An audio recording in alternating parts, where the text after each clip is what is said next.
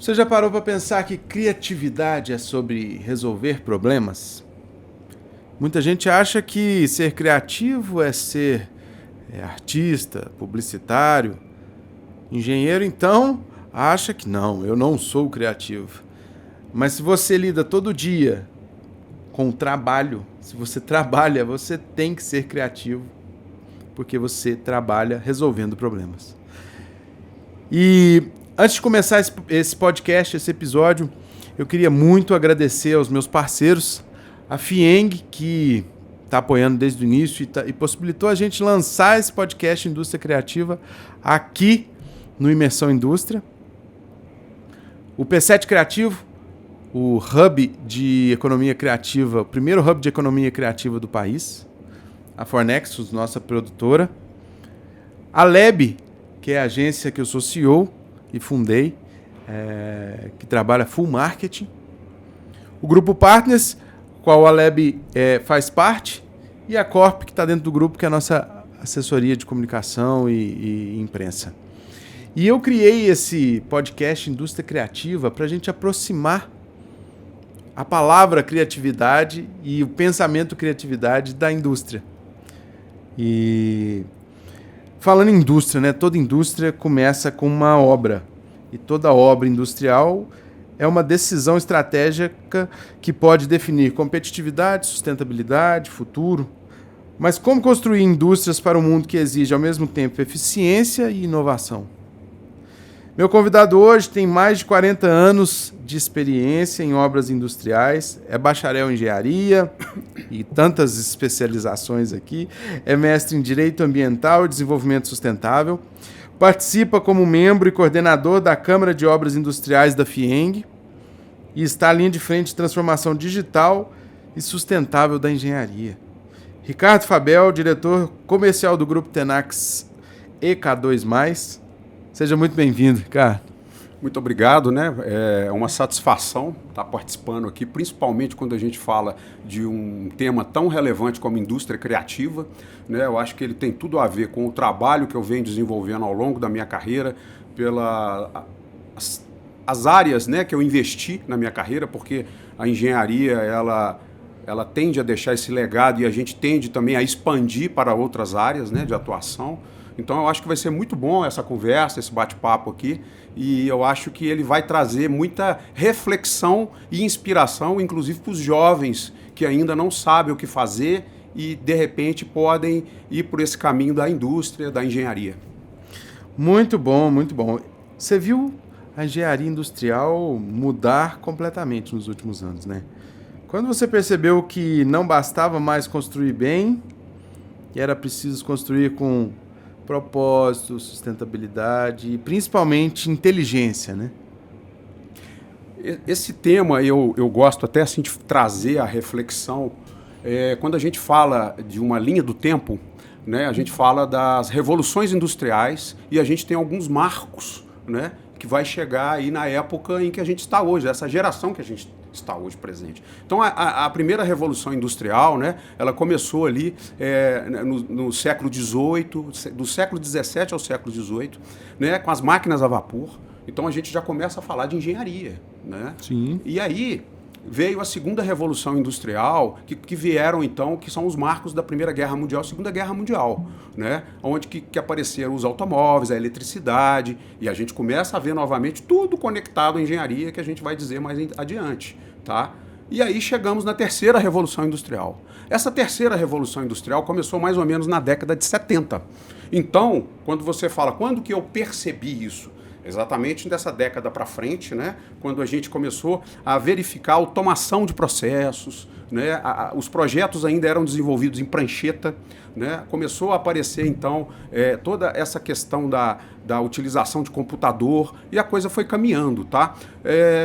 A gente pode até citar que na época, nessa época da década de 70, a gente teve a tripla restrição na área de desenvolvimento de projetos, né, que se chama também de Triângulo de Ferro, que foi desenvolvido por um americano, né, esse triângulo ele especifica, então, o escopo, o custo e o prazo, o tempo. Então você vê que por que um triângulo? Por que a ideia do triângulo? Porque o triângulo ele tem uma base de conexão. Então se você mexe em um desses itens, você afeta os outros dois. Então se falava muito disso. Aí agora eu vou responder a sua pergunta que o pessoal está querendo saber. Quando que foi? Foi na década de 80, né? Na década de 80, então, começou a aparecer essa questão da sustentabilidade. O pessoal acha que o ESG é uma coisa nova, o ESG foi cunhado em 2004. Não, porque na década de 80 apareceu o Triple Bottom Line, que mais ou menos pode-se dizer que é um triângulo também, só que é diferente, porque são 3 P's, People, Profit and Planet, né? Ou seja, pessoas, lucratividade e planeta, ou seja, meio ambiente. Tá? E nessa fase, quem desenvolveu isso foi um filósofo chamado John Elkton, né?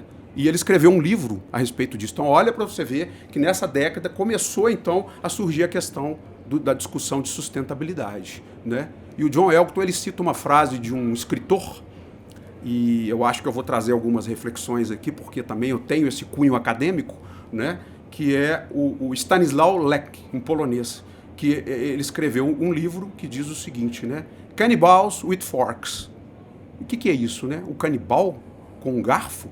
Sim, para trazer ambiguidade, ou seja, seria desenvolvimento sustentável a gente dar um garfo e uma faca, por exemplo, um canibal? Depende da análise. Seria, por exemplo, caso ele utilizasse isso da forma correta, né? Ou seja, uma empresa capitalista utilizar as ferramentas que ela tem da forma correta. E da outra forma, não, ele usaria para um lado negativo. Então, é isso, gente, nessa época que começou, né, essa questão da sustentabilidade, do ESG, da importância de desenvolver uma engenharia correta. E você fala que a engenharia ela é protagonista. Sempre foi protagonista, né? Você contou um pouco da história e no futuro do planeta também, né? Explica aí por que você põe ela como, né, esse papel central na transformação do planeta. Eu escrevi um artigo, que já foi até publicado em um livro a respeito de ESG, que ele fala da importância da engenharia no desenvolvimento sustentável.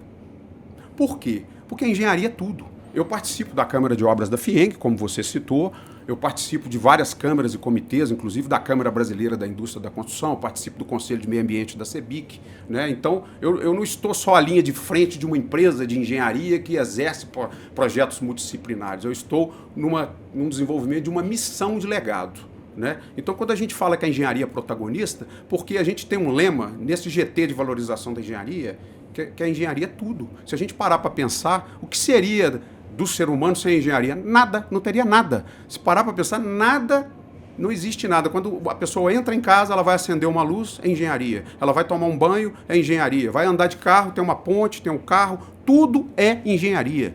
E eu acho que nós vamos conversar mais à frente aqui, que os jovens precisam ter essa visão. Porque a engenharia, ela não é só aquela coisa da engenharia civil, né? Que é uma visão muito assim, a engenharia é obra, é construir prédio. Não, a engenharia ela é multidisciplinar, tá? Então ela é protagonista sim, e ela que vai ser a responsável pelo futuro do planeta, tá?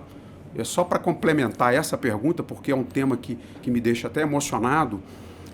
Eu diria o seguinte, que nós chegamos numa geração, porque a gente tem a trajetória da geração Z, né, que veio pós-Segunda Guerra, já na 4ª Revolução Industrial, e aí veio a geração Y e agora nós estamos na Millennials, né? Então, o que acontece?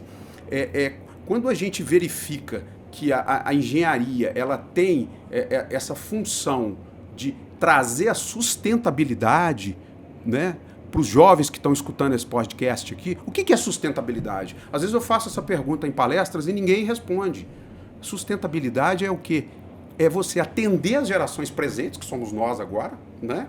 Mas preservar a geração futura. Então, essa questão ela está totalmente conectada com a engenharia, né? Sem a engenharia, nós não vamos conseguir fazer isso. Então, essa geração agora, que vem desde a geração X, que eu faço parte da geração X, e os jovens que estão aí, é a geração que está sentindo já os efeitos climáticos, os efeitos criados ao longo lá da primeira Revolução Industrial, que não se preocupava com isso, né? Até a segunda e a terceira. E é a geração que pode salvar o planeta. O momento é agora. É uma geração... Então, ó, a primeira dica estudar engenharia. Engenharia sempre brilhou meus olhos. Eu sou da área de marketing, sempre gostei de matemática e tal. E eu tinha vontade de fazer ITA, porque eu gostava da engenharia. Mas por escolhas da vida, a gente foi para uma área e acaba que hoje o marketing ele é bem amplo, né? A gente estava comentando antes sobre marketing comercial e essa questão ESG e teve a Eco 92, né? Que já falava de ecologia Sim. e tal. E uma coisa, você acha, apesar de ESG tá tão efervescente, né? Esse nome, ele está realmente saindo do papel? Eu diria que o ISD já saiu do papel. Eu costumo até palestrar a respeito do ISD, porque, é claro, eu tenho mestrado numa área que eu escolhi. E olha que coisa interessante. Quando eu resolvi fazer o mestrado, né, imagina um engenheiro saindo da caixa, né, e indo fazer um mestrado em Direito Ambiental e Sustentabilidade. Mas por quê? Porque naquela época não se falava em ESG quando eu fui fazer o mestrado. O ESG ele veio, né, numa tendência crescente, mas pós-pandemia que ele começou a ser divulgado. Ele foi cunhado em 2004, né? Naquela questão lá do Kofi Annan, que não cabe aqui agora a gente entrar, porque senão o tema pode extrapolar, mas o ISD, para quem não sabe, está assistindo o podcast, né? ISD, né? ESG, Environmental, Social and Governance, né? Meio ambiente, né? O social e a governança. Olha o Triple Bottom Line que eu falei aqui anteriormente do John Elkington. O que fizeram? Colocaram a lucratividade. Exatamente. Porque o John Elkington ele falava de pessoas, planeta, né? Então o que acontece? E a governança para fazer, né, com que isso seja de uma forma ética. Sem né? gestão também ninguém cresce. Exatamente. E a governança não adianta. Mas o que acontece? Os fundos sociais, por exemplo, americanos, começaram nos anos 1800. Isso já era ISD. A questão toda é que foi criado, de fato, né, um movimento, e eu acho que toda tendência tem que ter um movimento, igual a inteligência artificial agora, né, que a gente está falando muito, não se falava, mas agora está falando. Mas há 4 anos atrás eu escrevi um artigo sobre inteligência artificial, que falando do transhumanismo e pós-humanismo. Tá? Então, basicamente é isso.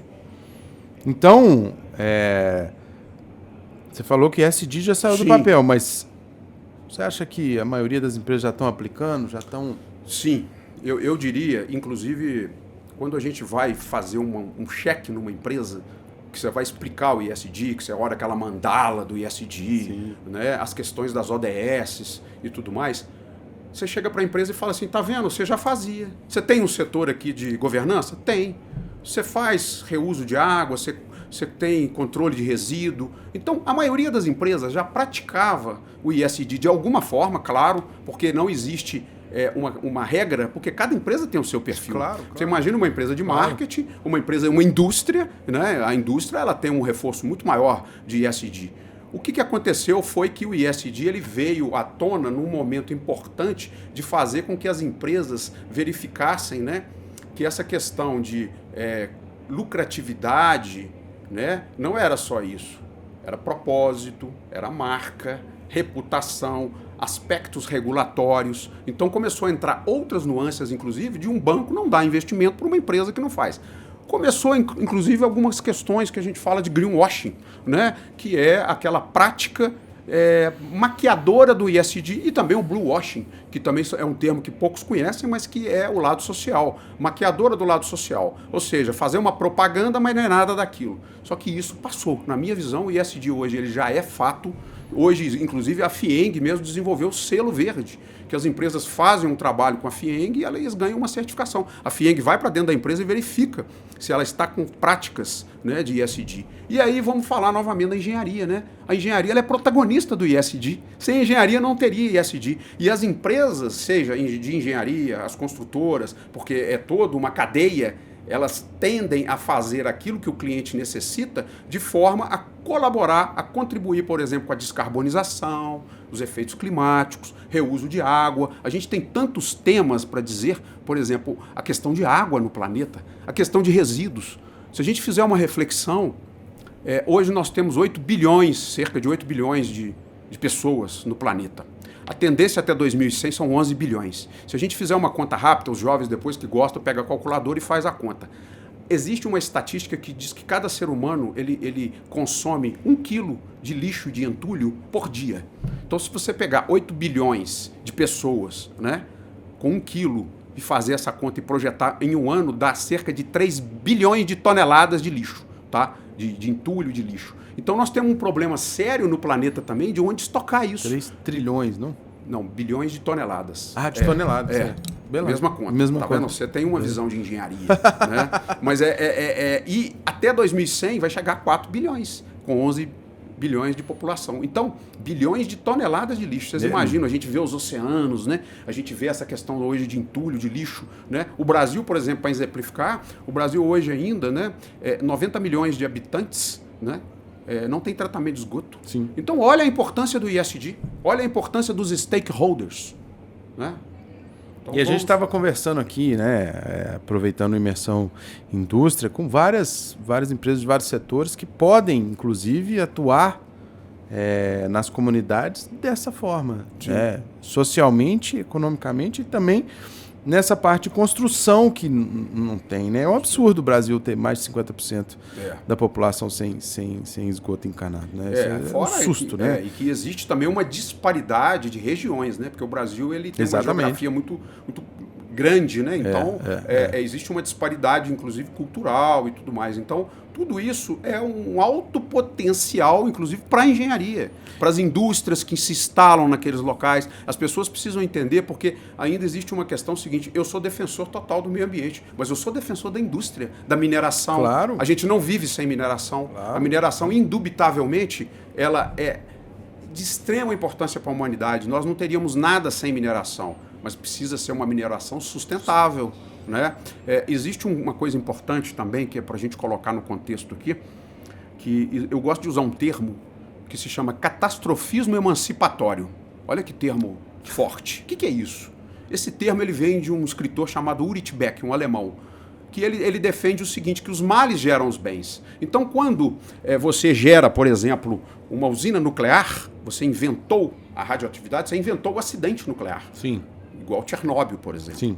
Quando você inventa um avião, você inventa a queda do avião. Quando você inventa uma barragem de mineração, você inventa a possibilidade de queda. O que se faz para que isso não aconteça? Mitigação, engenharia. E o que acontece quando existe um acidente? Os males geram os bens, o catastrofismo emancipatório. Precisou, por exemplo, a gente ter um acidente de barragem, que na verdade foram 2 de 2015 e 2019, para que as barragens a montante, por exemplo, fossem proibidas e todas descaracterizadas. Olha a engenharia aí, olha a criação, a criatividade, olha a necessidade de inovação. Eu gosto de trazer esses exemplos para a gente falar mesmo, indústria criativa. E é isso mesmo.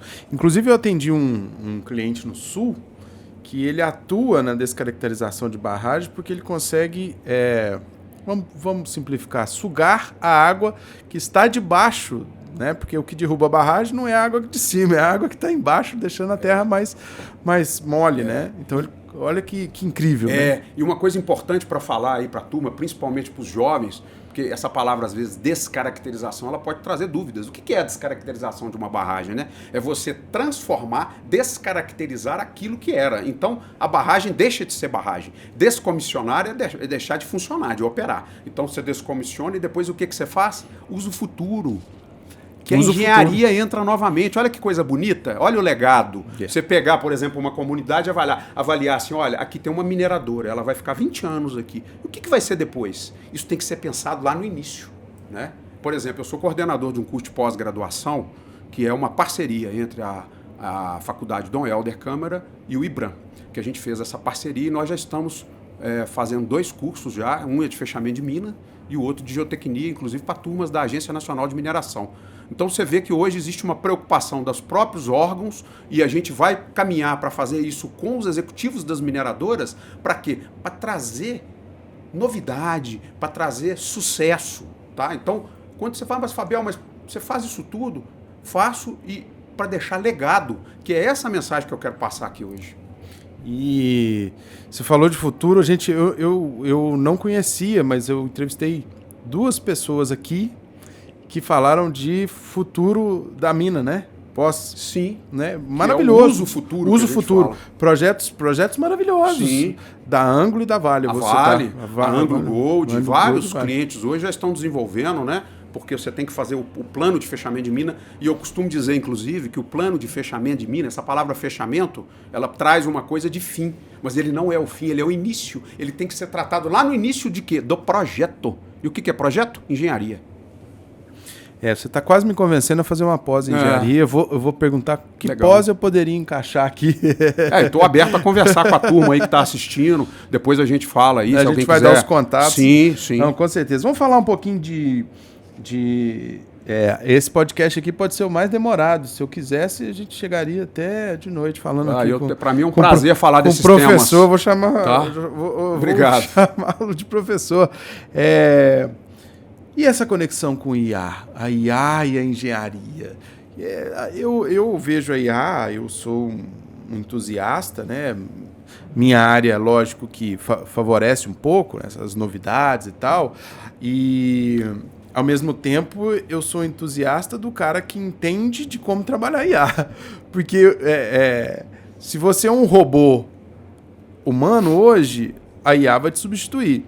Mas se você não souber pensar, as empresas vão te substituir. Então eu acho que é assim, eu tive durante muito tempo na minha agência escrito assim, ó, é preciso parar para pensar, porque as pessoas andam no automático. E aí se você não pensa, você não cria. E a IA na engenharia? Essa pergunta é muito boa e eu acho que a gente tem que quebrar paradigma, né? É igual eu mencionei no início da conversa, eu escrevi um artigo, né, foi em 2020, está publicado, inclusive, numa revista, se eu não me engano, portuguesa, que fala do transhumanismo e do pós-humanismo. Né? Então, naquela época, eu já falava isso. Então, quando a gente assiste esses filmes de ficção científica, eu gosto muito, porque são visionários. Sim. Você que é de uma área de criação, você pega, por exemplo, na década de 80, teve aquele filme Blade Runner, o Caçador de Androids. Sim. Se você assistiu Blade Runner hoje, você vai falar, cara, tem muita coisa acontecendo agora que o Ridley Scott, ele foi um visionário, né? Por quê? Porque era chuva, era já naves, né? Carros voando, carros elétricos, os androides. Né? Então a gente está num caminho da humanidade para essas tendências. As pessoas têm que parar de pensar que a inteligência artificial é só robô. Não é isso, né? Primeiro é a preservação do ser humano, né? Até prolongamento da vida, que é o transhumanismo, né? Quando a gente hoje vê, por exemplo, aparelhos médicos, a questão que envolve a própria medicina, a evolução da medicina, a gente viu aí recentemente essa quebra aí com a pandemia, né? Então, a inteligência artificial, ela está por trás disso tudo. E eu, às vezes, eu vou dar palestra para jovens do ensino médio, até para valorizar a engenharia e perguntar para eles entenderem mais a engenharia, já que o tema nosso aqui é engenharia, né? Eu estou buscando mais esse lado. E eu pergunto para eles assim no início, quem aqui pensa em fazer engenharia? 5% levanta a mão. Aí eu pergunto assim, quem aqui usa o GPT-4, o GPT-5 ou, né, o Copilot? Todo mundo levanta a mão. Vocês sabiam que isso é engenharia? Que está por trás da engenharia? Né?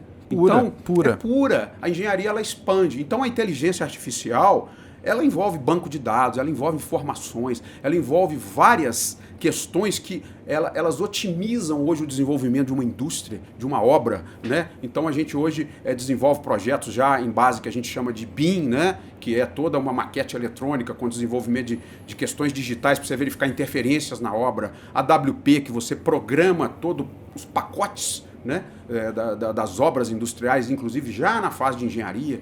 Então, os bancos de dados, o favorecimento a um desenvolvimento de projeto no qual você tenha ali uma visualização online do que está acontecendo, né? Caminhões autônomos. Então, tem muita coisa. Por exemplo, barragem é um lugar perigoso, ser humano, retirar o ser humano do site. Então, você fez um comentário, né, dessa questão da mão de obra. É uma questão cultural. O ser humano, ele tem que entender que por trás da inteligência artificial está o ser humano. E ela depende dele. Ele é que cria. Ele é que direciona o propósito. Então, eles não vão perder o emprego. É uma mudança geracional e positiva. Não as pessoas têm que entender que está ocorrendo uma mudança. Por exemplo, existe uma carência hoje de mão de obra na construção civil. Mão de obra que eu falo de chão de fábrica. Sim. Carpinteiro, pedreiro.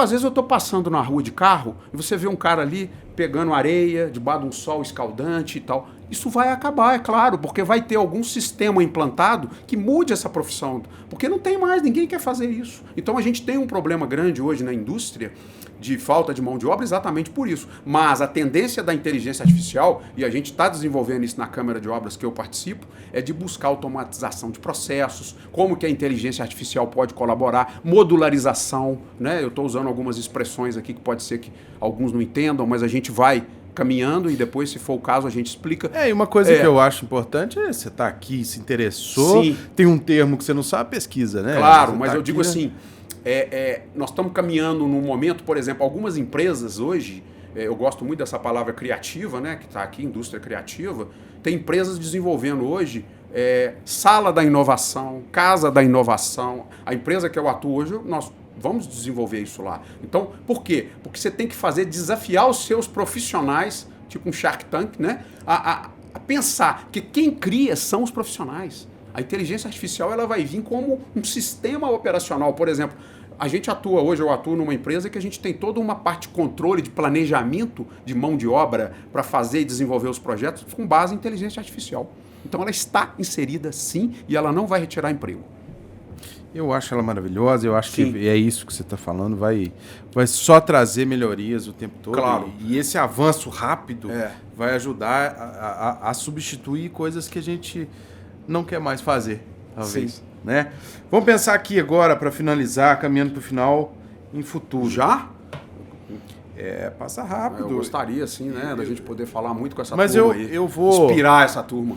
Vamos lá. Eu chamo você novamente. Vai ser muito bom. Vai ser sempre um prazer muito bom. falar aí. E eu fiz até um projeto há pouco para a CEBIC, então estou vendo você falar assim, que é essa inspiração de trazer um pouco a engenharia para essa juventude, para entender o quão a engenharia é importante nesse mundo. E assim, eu costumo contar assim, alguns casos, né, para o pessoal e tudo mais, da minha carreira, como que eu resolvi fazer engenharia, né? E eu costumo também dizer, e isso vale não só para engenharia, mas é a questão de missão e legado.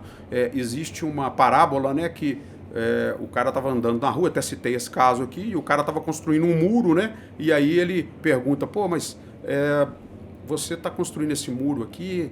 Aí ele falou, eu tô aqui nesse sol, né, cansativo, e tô doido para ir embora para casa, tô aqui fazendo o sustento da minha família. E aí ele vai adiante, tem um outro construindo também uma parede, ele fala, e aí, você está construindo uma parede? Não, eu estou construindo uma catedral. Ou seja, é legado, é missão, é propósito, é isso que a gente tem que falar para o futuro agora. Os jovens precisam entender isso. Enxergar que o que ele faz sentido. Sim. Não só para ele, mas para muita gente. Né? A sustentabilidade.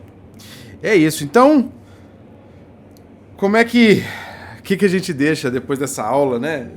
Toda vez que eu tenho uma aula dessa aqui, eu respiro fundo e falo, olha, a engenharia é super criativa. Como a gente estava conversando antes de começar, né? Sim. Criatividade e você falou, me chamou aqui e falou, você que é da área criativa? Não, todo mundo é da área criativa, né? Sim. E a engenharia talvez seja a área mais criativa. E eu não tinha essa percepção. Depois dessa conversa, talvez seja a área mais criativa que a gente possa ter, realmente. Sim. Eu vejo assim, sabe, a engenharia, ela tem essa questão de ela ser muito multidisciplinar, né? Então a gente tem que quebrar isso de falar só de engenharia civil, porque a palavra civil, inclusive, para poucos sabem, né, a engenharia era engenharia, quando ela começou, ela era chamada engenharia militar. E aí, para separar a engenharia militar das demais, virou engenharia civil. Então poucos sabem dessa história, né? E a engenharia, ela gera não só essa questão hoje do desenvolvimento humano, né, da sobrevivência do planeta, porque a palavra é essa mesmo, né? A gente precisa olhar o planeta hoje com uma outra visão, né? Os jovens precisam entender que eles têm uma missão hoje, missão mesmo, legado, que eu costumo dizer isso, sabe? A gente veio aqui para deixar legado. Nós não viemos aqui para passar em branco. Quando a gente decidiu vir aqui, né, nesse planeta, é para deixar algo. Eu tenho feito muitos trabalhos, até voluntários, e eu tenho assim uma motivação tão grande, porque eu falo assim, a gente tem que trabalhar com brilho nos olhos, né? A gente tem que ter brilho nos olhos para fazer as coisas, porque Você imagina o seguinte, vamos falando da indústria. Aqui nós estamos num evento da indústria, né? E a indústria, se você vai fazer um projeto e criar uma indústria, imagina depois você fala, poxa, tem participação minha ali naquele projeto. Eu deixei um legado. Meu nome faz parte da história, igual a gente vê na história aí da humanidade, né? Existe uma frase de Confúcio. Confúcio há 500 anos antes de Cristo. Né? Então você imagina, 500 anos antes de Cristo, ou seja, 2.500 anos atrás, olha a visão.